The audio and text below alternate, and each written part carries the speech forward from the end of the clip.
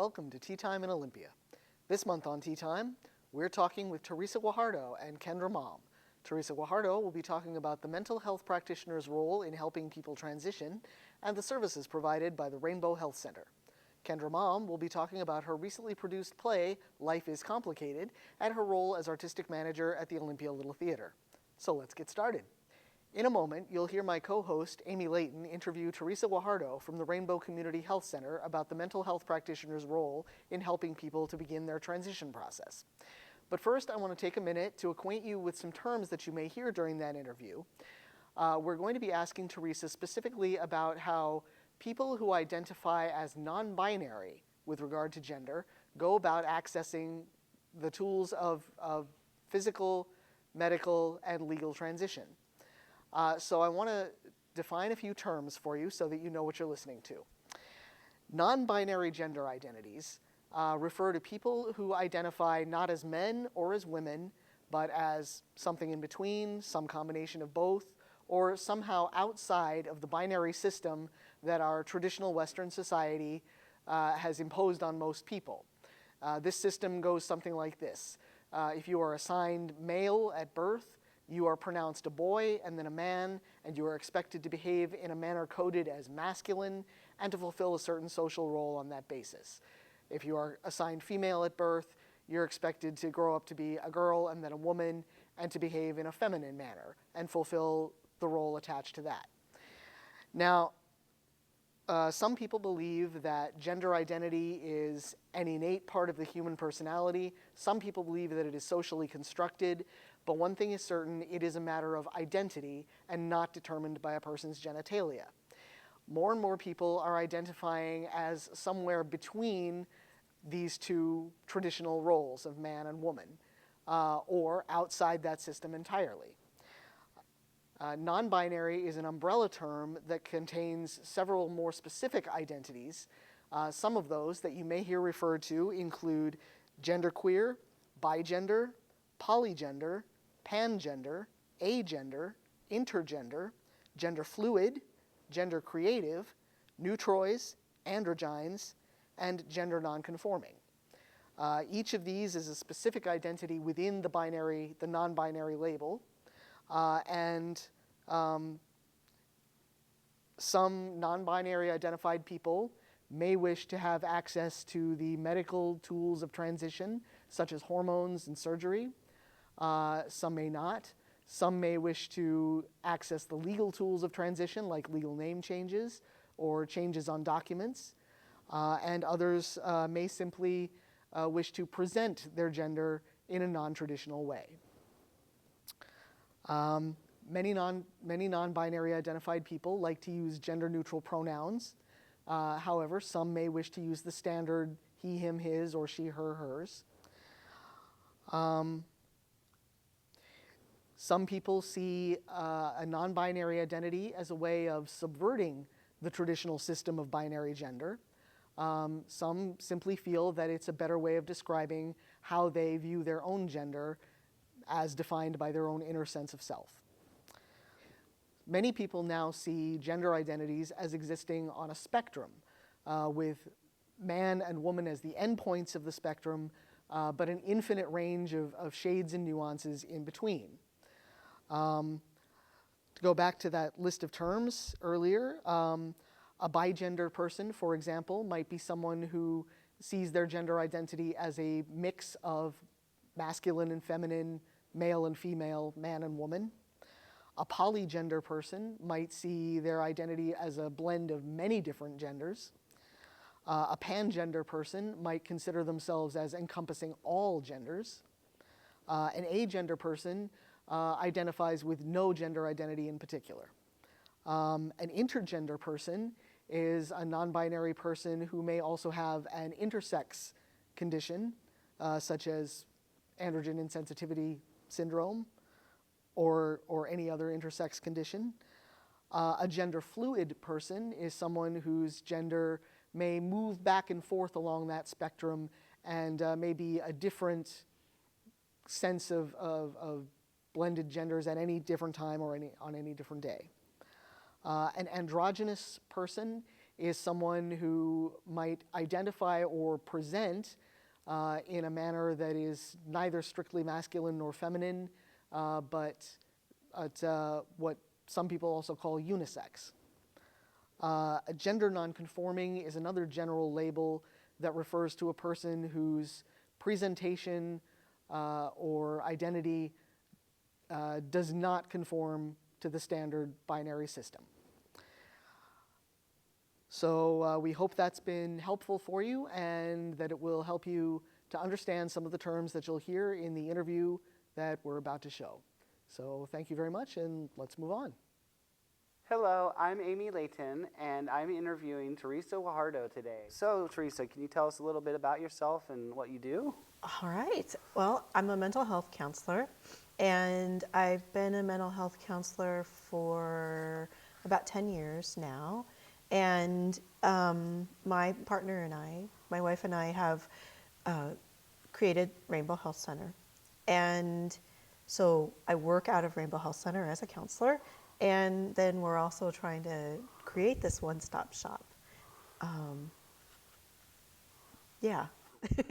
All right. Maybe you could tell us a little bit about the Rainbow Health Center, like what services are available and staffing and all that kind of stuff. Okay. So Rainbow Health Center is a building and a concept. It's a building with a mission, is what we kind of call it. And the mission is to be a collaboration of independent providers who, all of whom are competent within their scope of service or their scope of practice for transgender services. And so we hope to have kind of this one-stop shop of counseling. We have counselors currently and a psychologist, and we have a counseling intern. And very soon we hope to have an electrologist. Ooh. Yeah, and massage. Ooh, massage. Massage, Girl, yes. you got me sold. Good. Where people can feel really comfortable, like they don't have to hide who they are, and where if there are mistakes made, that it feels okay to bring them up, and we'll do what we can to correct them. And then we also hope to have a medical provider there as well, like maybe an ARNP or a PA or a naturopathic physician, somebody who can do hormones, and hopefully after surgery care too. That is our goal of Rainbow Health Center. It's a very admirable goal. So every person who works there, every employee is trans competent? Yeah, there are no employees. It's all independent practitioners. They're all like running their own little business under the roof of Rainbow Health Center. And every person, there's this huge interview committee. We have this big advisory committee and interview committee that really puts the applicants through their ropes about, you know, how many trans folks have you worked with? What are your, you know, what's your experience within your scope, and what are your approaches? Just so that we can really help to make sure that we're picking folks who are going to be able to just do the best that they can. I mean, that's very important. You wouldn't want someone who doesn't know a lot about trans healthcare to be part of, you know, to just jump into this world, you know. Right. But it is important that they learn at some point. So, I mean, it's good. It's good. I think it's a really good thing that you have trans competent people, providers there. Yes, and then like our counseling intern, you know, is learning, and that's okay too. Yes. Yeah.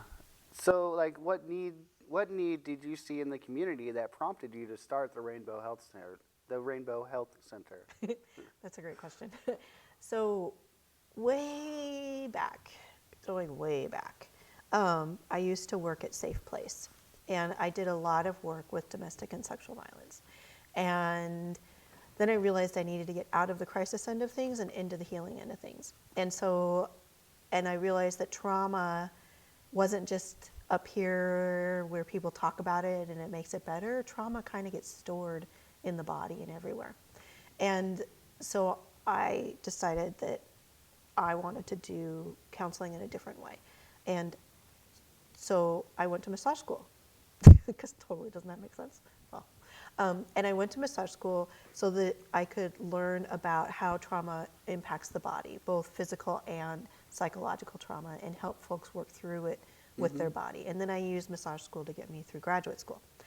And while I was doing massage, I didn't use massage school, I used massage work to get me through graduate school. And while I was doing massage,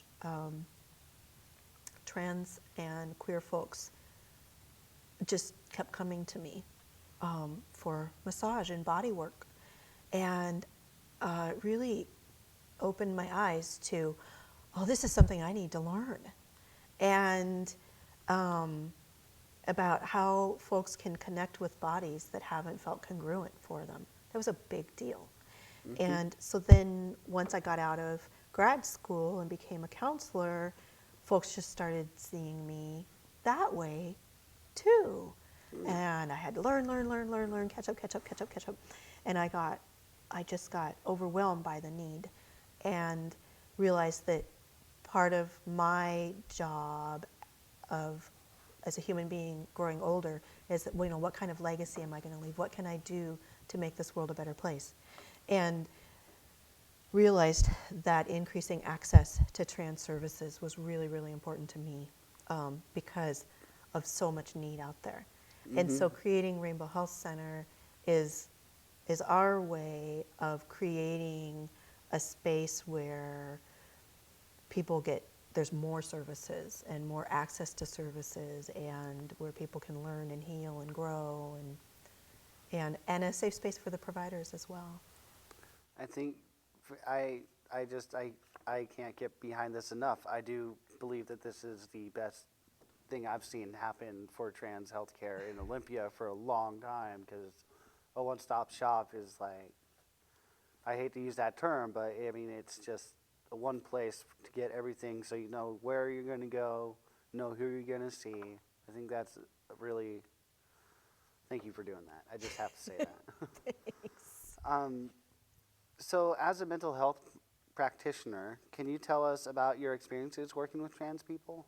Well, I have worked with folks throughout the spectrum, throughout their processes. Because I'm a trauma therapist first, it's not, to me, what I've noticed is that the act of being trans, or not the act, it's not, the state of being who we are can be a traumatic experience by society, and by society's lack of seeing us and accepting us as we are and letting us be who we are. And so that was kind of my entree into helping folks process their trauma. And then folks started coming to me for letters, and then our wonderful progressive state made it easier for folks to access services, especially through insurance. And so now I've got surgery letters and hormone letters, and helping, sitting with folks as they go through their identity transition and their social transitions. And most of my practice is with folks on the gender spectrum. Almost everyone I see.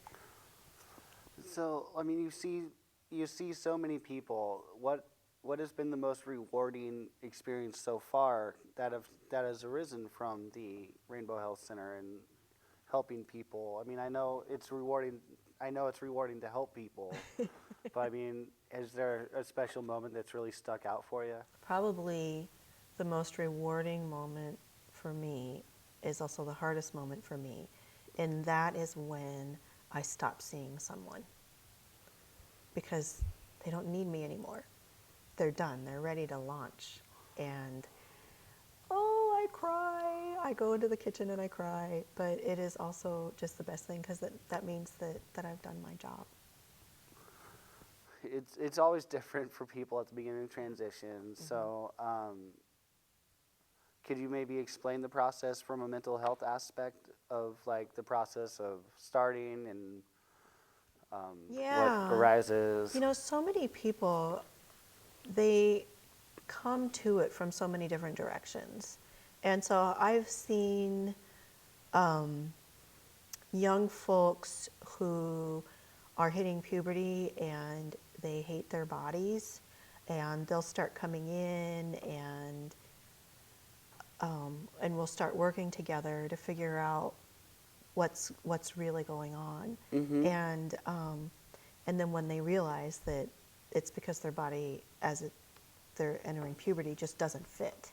And that's one way that it happens. But there's so many different ways. I mean, I see young folks and I see elders who finally have a framework and a language for it that they didn't have before because it wasn't talked about.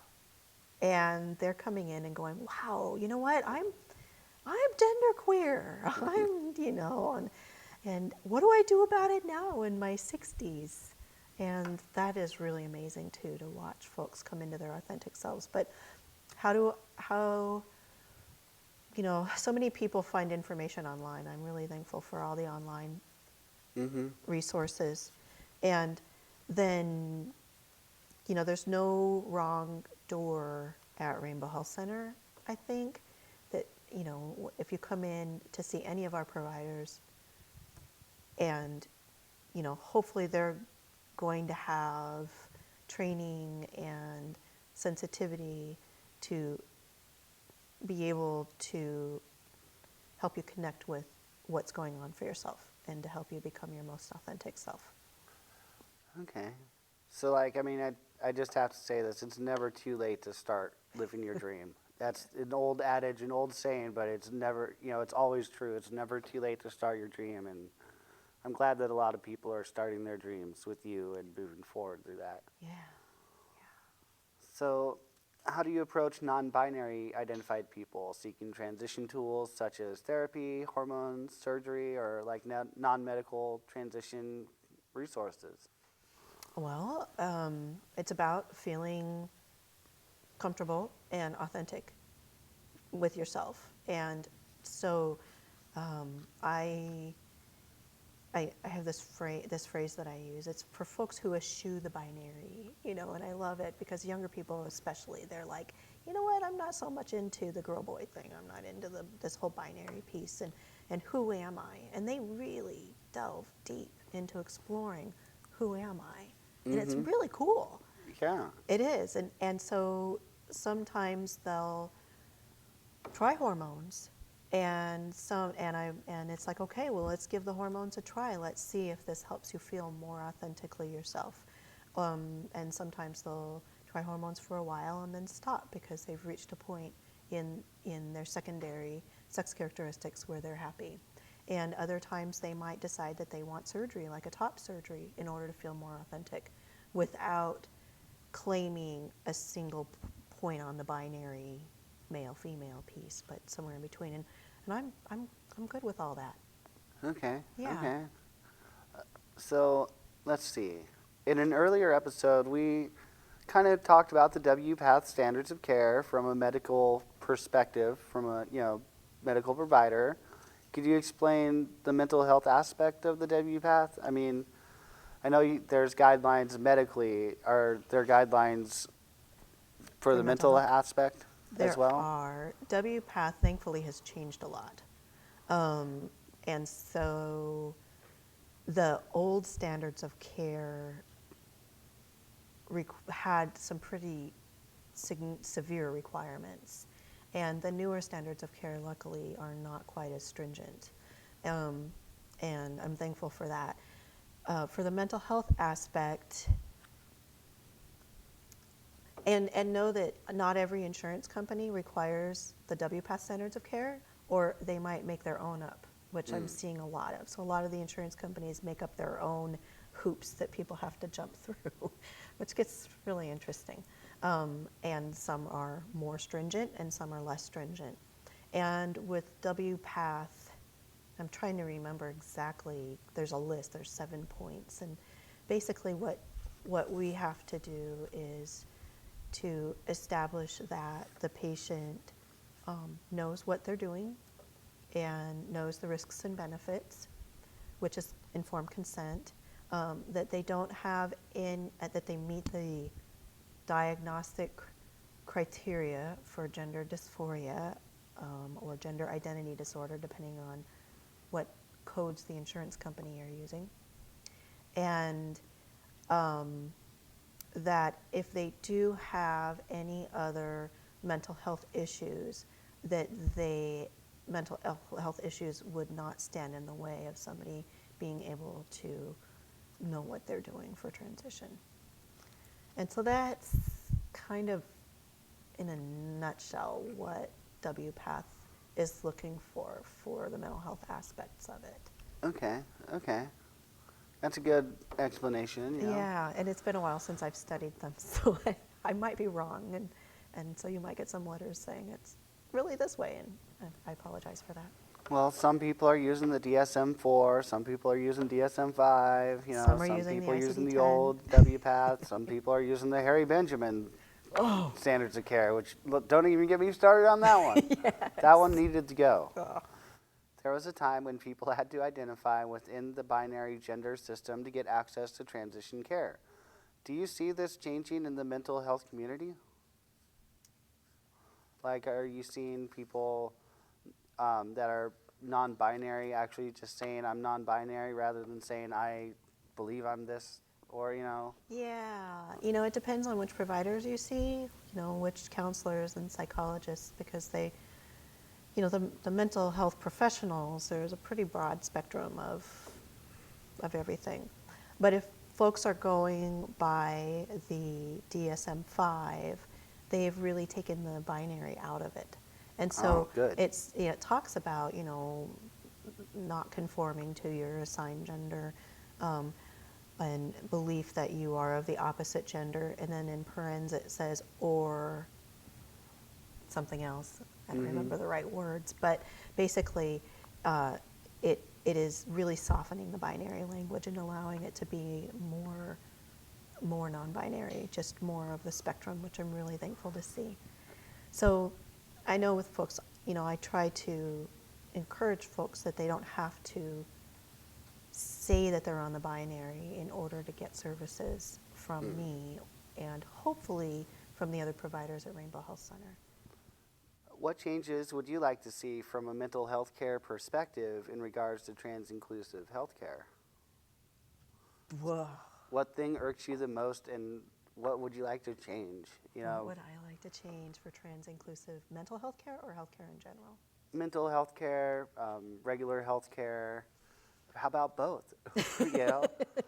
Why not both? So I would really, really, really like to see this being depathologized, that it doesn't require a pathologizing diagnosis, and that if we could, just to change the whole thing on its ear and make transphobia the diagnosis. Yeah, how about that? Yeah, wouldn't that be nice? How about that? Let's make transphobia the diagnosis. How about they're the ones with the mental disorder? Yeah, because they are, in my book, Yeah. in my humble opinion. And so and really it's about the difficulties of being in a transphobic world where people need assistance. And wouldn't it be nice in a world where we could all just be who we are and be accepted for that across genders and everything else,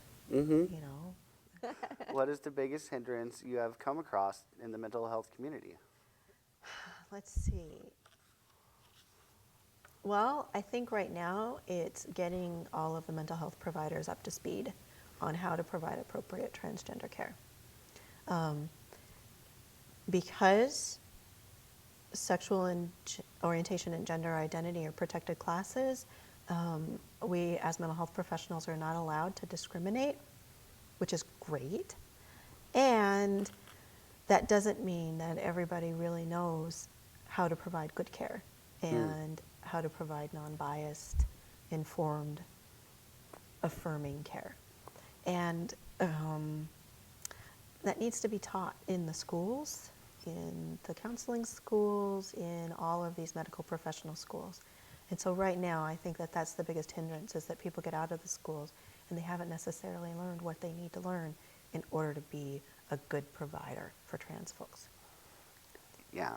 Yeah, I had to look up a lot of extra continuing ed afterwards. And Now, I remember reading a lot of stuff about what transgender was when I was a teenager, back in the infancy of the internet and how we see it today, when it went from the black screen with green letters to pictures. That was amazing. But, and there wasn't a whole lot from a mental health aspect. I remember thinking, why isn't there anything about transgender from this aspect? Why do they do it this way? How bad are these standards of care, Benjamin? So I'm glad that there are places like the Rainbow Health Center who are starting to be including trans competency. You have to be trans competent to work here. yeah, Because we deal with trans patients, and we can't have trans patients coming to non-trans competent people, yeah, yeah. which is such a huge problem in this country right now. It is. It's a huge problem. And things are changing so quickly when it comes to transgender care and trans health that, we have to, at Rainbow Health Center, make a commitment to continuing to learn, continuing to realize that there's a lot we still don't know, and not think that we're walking in the door fully formed and we know everything. So there's a lot of humility that I ask of the people that are at Rainbow Health Center as well, that we're still learning, and there's not an end point, and that we might make mistakes, but that what's really, really important is that we're willing to own up to our mistakes and learn. Is there one piece of advice that you wish to impart upon those who are trying to learn about trans mental health? The first piece is to not be afraid of what you don't know, and be willing to learn what you don't know. And the most important piece to that is don't expect your clients to teach you. So it's really up to us as professionals to seek out continuing education and consultation and supervision so that we can do the best that we can and provide that holding space that our clients need from us without expecting our clients to teach us. And I think that happens way too much. Yes, it does. Yeah.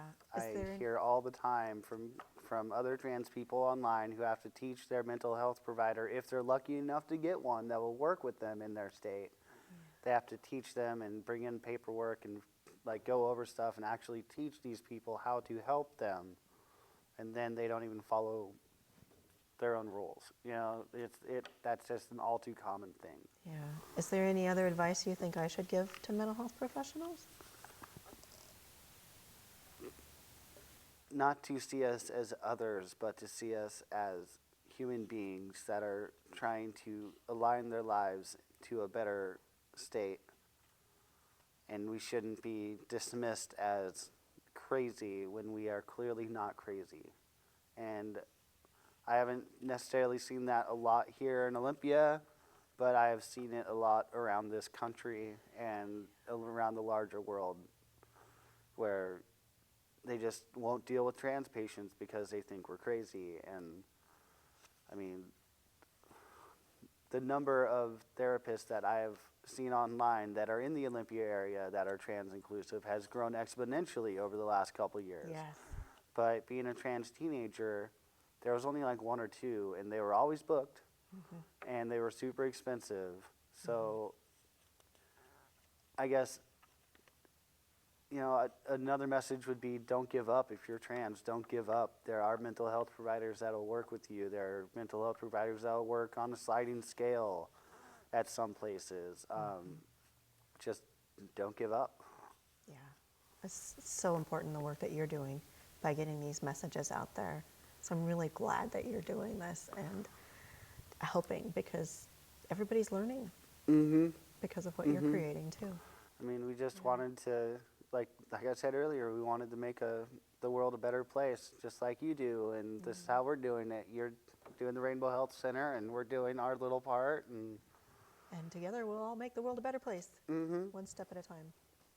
Cool. Is there a message that you wish to impart upon trans people that are seeking mental health care and what they can like look out for? Or Yes. So first off, it is important to remember that you are the consumer and that you get to choose and pick the provider that works best for you.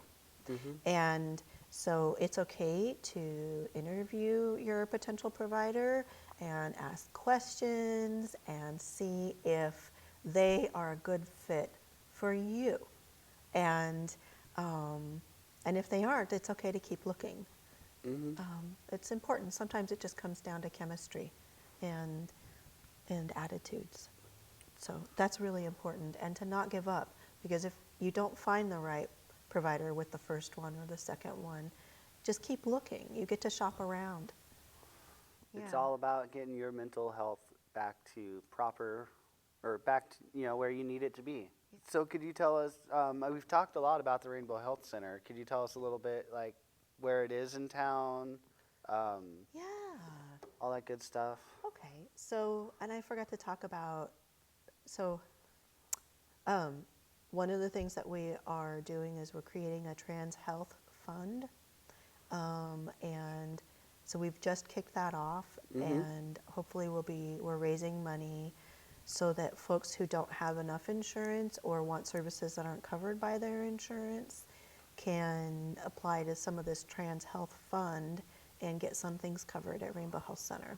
So we're just starting that out, and hopefully that'll make things easier in the community. We're located at 1701 4th Avenue East in Olympia, which is on the corner of 4th and McCormick. Okay. And the bus stop is right in front. The 62 and the 66 park right in front of the house. It's located in this beautiful, historic 1925 craftsman that was built by the Tumwater Lumber Mills Kit House. And it's now on the historic registry, the National Historic Registry even. And it's the only Tumwater Lumber Mills Kit House that is on the local, state, or national historic registry. Just really cool. That's really cool. Yeah, it's really a special, beautiful place. We've spent a lot of time restoring it, and because I believe that we all deserve to have beauty. And the grounds are beautiful. There's amazing landscaping that was done by the Gunstone family, who owned the house from 1939 until last year. And it's just beautiful, and you can go out there and sit in the grass, and it's great. We have some other counselors. We have Dr. Matt Goldenberg, and he is a psychologist. Then we have Sean Sire, and he is a mental health counselor. Matt came to us from Seattle, and Sean actually just arrived here from Maryland. So we're importing folks to help create a net value gain in the community. And then we have a counseling intern, and his name is Ben. And so if you go to the rainbowhealthcenter.com website, you will see on that page links to all of the different providers. And hopefully we'll be adding more and more providers as the weeks and months come. And you can contact them through that. All right. Yeah. All right. Is the Rainbow Health Center ADA accessible? Oh, yes, it is. I wanted to make sure so that I know a few people in the town here who are on the spectrum who are ADA or need ADA accessible places. Right. Well, so we have, and a lot of people, when they talk about ADA accessibility in our country, we talk about just mobility. And there are also disability needs beyond just mobility, although mobility is really big and important. And so we do have, we built out the medical suite on the ground floor level, and it is completely wheelchair accessible. Oh, good. And the community room is in that accessible level. And so because this is a 1925 house and it's on the historic registry, we couldn't get the upper floors to be accessible for wheelchairs. We would have had to tear the whole house down and rebuild it. We can't. Oh, no, yeah. So, and so anytime somebody with mobility needs access to a provider that is in the upper floors, there's a room that's specially reserved on the ground floor specifically for those services, and it's a wonderful, beautiful room. Aww. And then we also have hearing access, because that is a big deal. And so there are a lot of folks, especially folks who are aging, who are deaf or hard of hearing, and they have hearing aids or cochlear implants. And we actually have hearing technology for them as well, this telecoil loop system. And we bought a couple portable systems so that you can do counseling in your room with a microphone on the provider, and then the sound is transmitted directly to the hearing aid in the person's ear, so that they don't have to hear all the other ambient noise. And it's really good for groups. So the community room can be used after hours for groups, and you can also check out the telecoil stuff for that too, so that we're trying to be as broad spectrum accessible as we can be. That is very awesome. That is very awesome. Well, thank you very much for coming on the show today and talking with us about the mental health aspect of transition, as well as the Rainbow Health Center. I cannot stress the thank you enough for creating such a safe space for everything a trans person can need. I just hope that people can come and work there to provide every single service. Yeah, we just have to get all the providers now. So if there are any ARNPs or NDs or MDs, please, please give us a call and come on down and for massage and So let's get this building full and vibrant and doing what we need to do. All right. Well, thank you very much. Yeah, thank you for having me. Hi, I'm Lucas Miller. Welcome to Tea Time in Olympia. With me today is Kendra Malm, the president and artistic manager of the Olympia Little Theater and author of their recently produced play, Life is Complicated. Welcome, Kendra. Thank you for being on the show with us today. It is my pleasure. So tell us a little bit about yourself and your role at the Olympia Little Theater. What exactly do you do as artistic manager? So about myself, I am a native Olympian. That rarity. I was born and raised here, graduated from Olympia High School, went away to college, came back about 10 years ago. My role at Olympia Little Theater as artistic manager is about the actual productions that we put on, deciding what we're going to do for a season, also overseeing to make sure that it runs smoothly once we have a season. So in choosing a season, that includes heading up the play reading committee so we can decide on the plays and the directors we want to do for a season, presenting it that to the board, constructing the season so that it flows nicely and we're not doing like 3 dramas in a row or something like that. Yeah. And then afterwards is just keeping in touch with all of the productions to make sure that they have everything that they need. Right. And you are also president of the board of Olympia Little Theater, which is a nonprofit, am I correct? Yes, we are a nonprofit. We are also a working board, so that everyone is a volunteer. No one gets paid anything. If you're on the board, you also have a role in the actual running of the theater.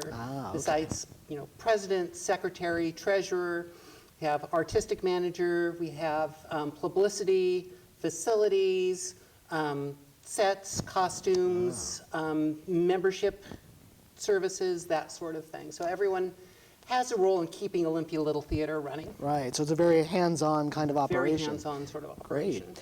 So your own play, Life is Complicated, was recently produced. Yes. Tell us a little bit about the process. How was the play chosen to be produced, and what was that like?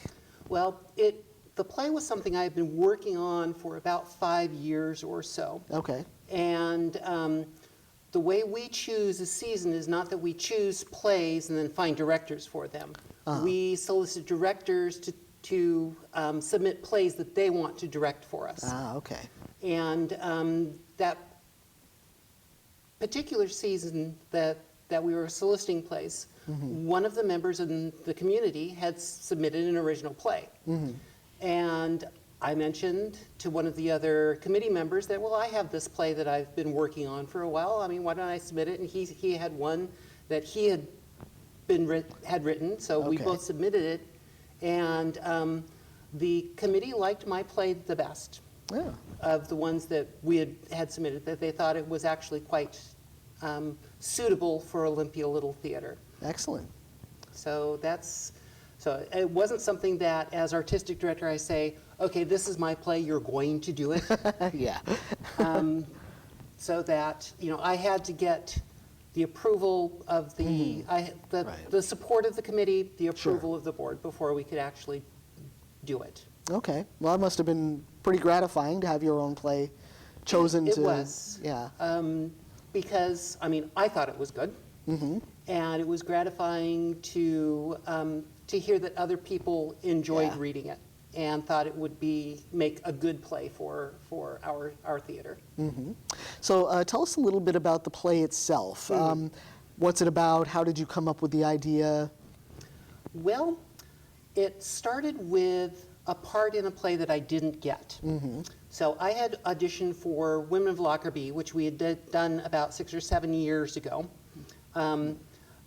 Didn't get a part in the actual performance, but I did volunteer to help out with the lights. So during one of the performances, I was, up there running the light board and was looking and saying to myself, they're right. It's like I wasn't really right for any of those parts.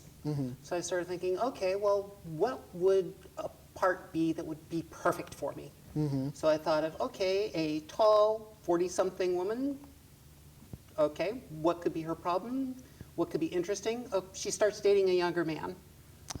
What's the complication? Oh, she's transgender.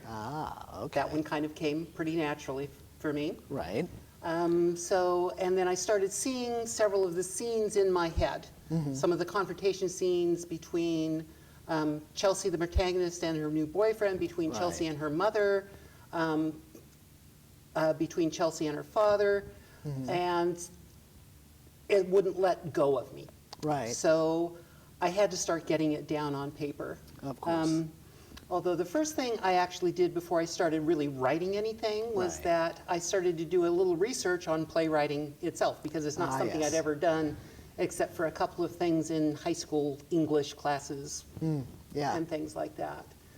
It's quite different from any other kind of creative writing, isn't it? Yes, because it is mostly dialogue. So you have to deal a lot with dialogue for script writing or playwriting. And you don't have the deep description that you'd have in a novel or a short story. You don't hear people's thoughts. You can only express it by what they're saying and what they're doing on that stage. Exactly. Exposition has to be handled in a whole different way, doesn't it? Yeah. So once I had gotten an idea of what I needed to do with that, I structured out the play first and then started filling in. So I knew where I was going with the play for each of the scenes before I actually started writing the scenes. It wasn't something that you can start at the beginning and just go and see where it ends up. With plays especially, it really has to have a specific structure. Yeah. So do you feel like there's a lot of you or your experience reflected in the character of Chelsea? How much of that is your experience and how much is, just creative fiction? Well, what I did was that I based a lot of the details for Chelsea about her past on my experience transitioning. Okay. But her personality, though it has some similarities with mine, kind of took off on a different direction to serve the needs of the story. Right. So that Chelsea tends to be a bit more sarcastic than I am, Okay, and a bit more outspoken right, than I am, just a bit. just a bit. And so that she became her own character, Right. even when I'm using her to express things that I would like to express or have expressed. Yeah, When you're writing a play, when you're writing any sort of thing, you do find yourself in the characters. sure, yeah, And so that bits and pieces of me are in all of the characters to some degree or another. Okay, all So right. that for example, my offbeat sense of humor is more like Jordan, Chelsea's boyfriend's sense of Okay. humor. Then I used my geekiness to inform yeah, Chelsea's brother Dave. So he's the game store owner, which goes back to all of my gaming past and experience and Right. science fiction reading and all of that sort of thing. yeah. It's a special moment, though, isn't it? That moment when a character kind of comes to life and takes on an identity of their own. Yeah, and and especially when you start writing it, is that the characters start saying things that you didn't really expect them to. Exactly, So yeah. that once even though I know where I'm going in the scene, once I start writing it down, the characters will come up with things that I hadn't foreseen Yeah. when I started writing. I was just writing, and then all of a sudden they're saying things. It's like, where did that come from? Every writer I ever heard of say that that's the kind of the moment that they wait for, that they look for, is that moment when the character starts to just go off in their own direction. Yeah. So how's the reception been? How's the play been received? What are the reviews like?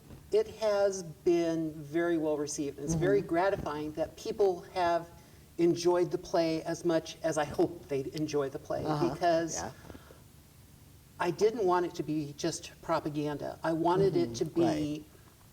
an interesting story, a funny story, a Right. moving story, something that people could get into. It's like I wanted the main character to be someone that people would root for because Right. they like her and respect her, not because you're feeling sorry about the poor transgender woman dealing with everything. Right. Yeah. Yeah. You want this to be a story about human life and not necessarily about trans life. So Yeah. you want to, it's the story about a woman having complications who Yeah. happens to be transgender. Right.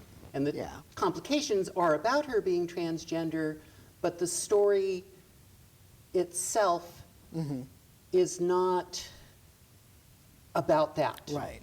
Right. It's about how she's dealing with things in her life. And that's what draws you to her, is how she's dealing with things.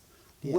Just happens to be about transgender, but what draws you, I think, is how she deals with it. Yeah.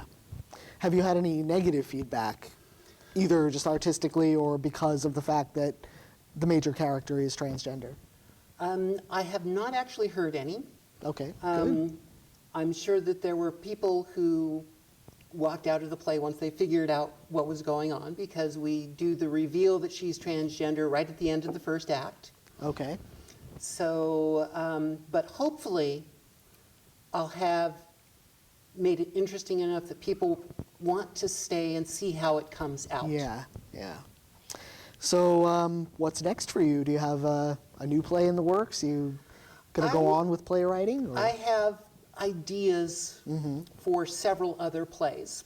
So that do not necessarily deal with being transgender. Right. It doesn't necessarily have transgender themes to it. But just a few ideas kicking around, but nothing really concrete at the moment. Okay. Well, I'm going to look forward to seeing more of your work in the future. But until then, what do you think the future holds? You know, obviously, transgender people, gay, lesbian, bisexual people have been part of the performing arts for as long as the performing arts have existed. But now that transgender people are getting a lot more publicity, a lot more visibility, cachet in the media, do you see that changing the involvement of trans people in the performing arts and especially in the theater in the future? I think so, because entertainment, performing arts has always, at least in America, been the vehicle for minorities to be accepted into larger society. From the Jewish immigrants who were Right. instrumental in the rise of American musical theater. Yeah. Irish comedians and writers. Later on, black performers, singers, actors, Yeah. comedians.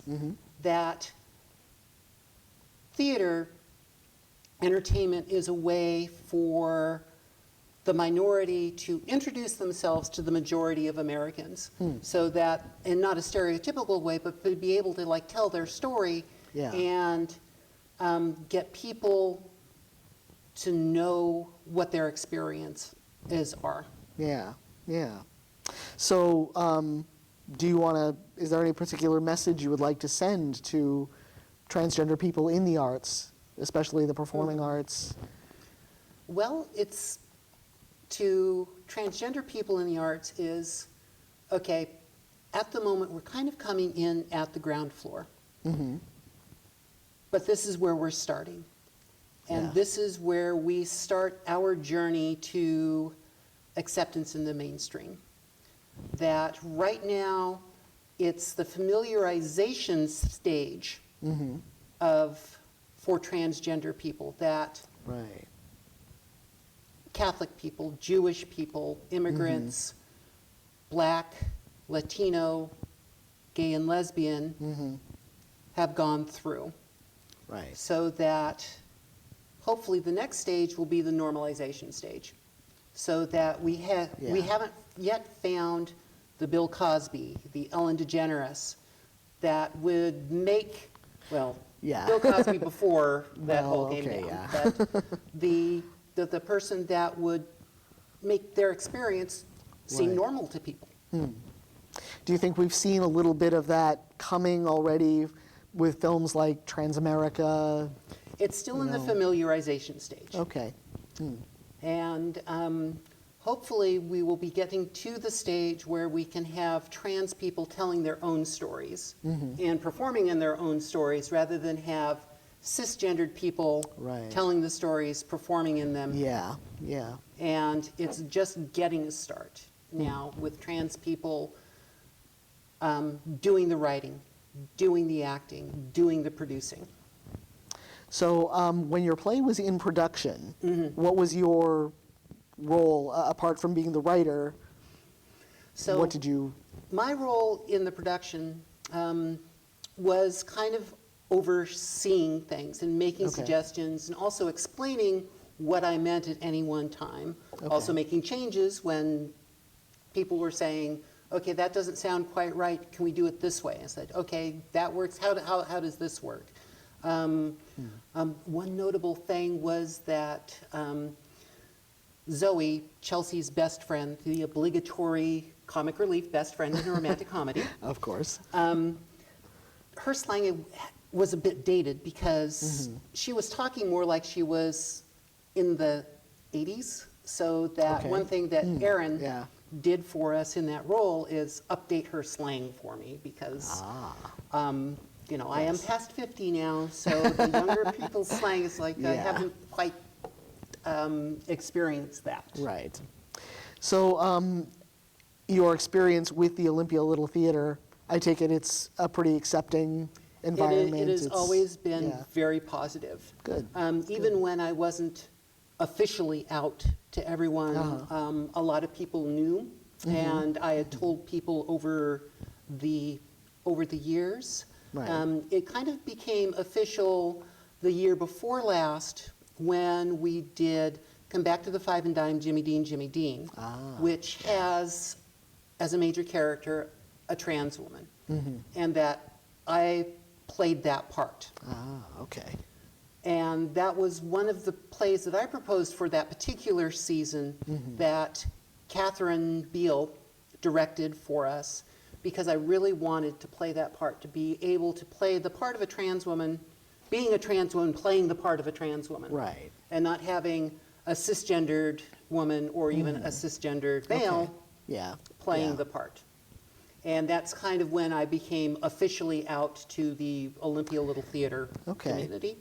Because you became involved with the Olympia Little Theater after your transition Yes. was complete. So I transitioned 15 years ago. Okay. I came back to Olympia about 10 years ago Right, and got okay. involved in Olympia Little Theater fairly soon after I got back. So Okay. like within a year, so I guess it's about 8 or 9 years that I've been involved now with Olympia Little Theater. And have you seen a lot of changes just in the Olympia community since you've been back as far as acceptance and It's- visibility and It's been more of the visibility, I think, because I've had very few negative encounters since I've moved back here. I had some negative encounters when I was living back in Bloomington, Indiana, where I went to grad school Okay. when I first transitioned. right. Although, as I went through my transition, those tended to become less. And, you know, once I came here, very, very rarely did I ever have a negative encounter. So I think that the Olympia community has been very accepting of the whole LGBT community. Yeah. And that it's been more recent that we've become a bit more visible, I think. Yeah. So, Okay. All right. Well, thank you very much for talking to us today, Kendra. And we look forward to seeing more of your plays in production in the future. I hope so. And ladies and gentlemen, Kendra Malm, author of Life is Complicated. Thank you very much. Well, that concludes this month's show. I want to thank our guests, Kendra Malm and Teresa Guajardo, and to thank all of you for tuning in and joining us today on Tea Time in Olympia. See you next time.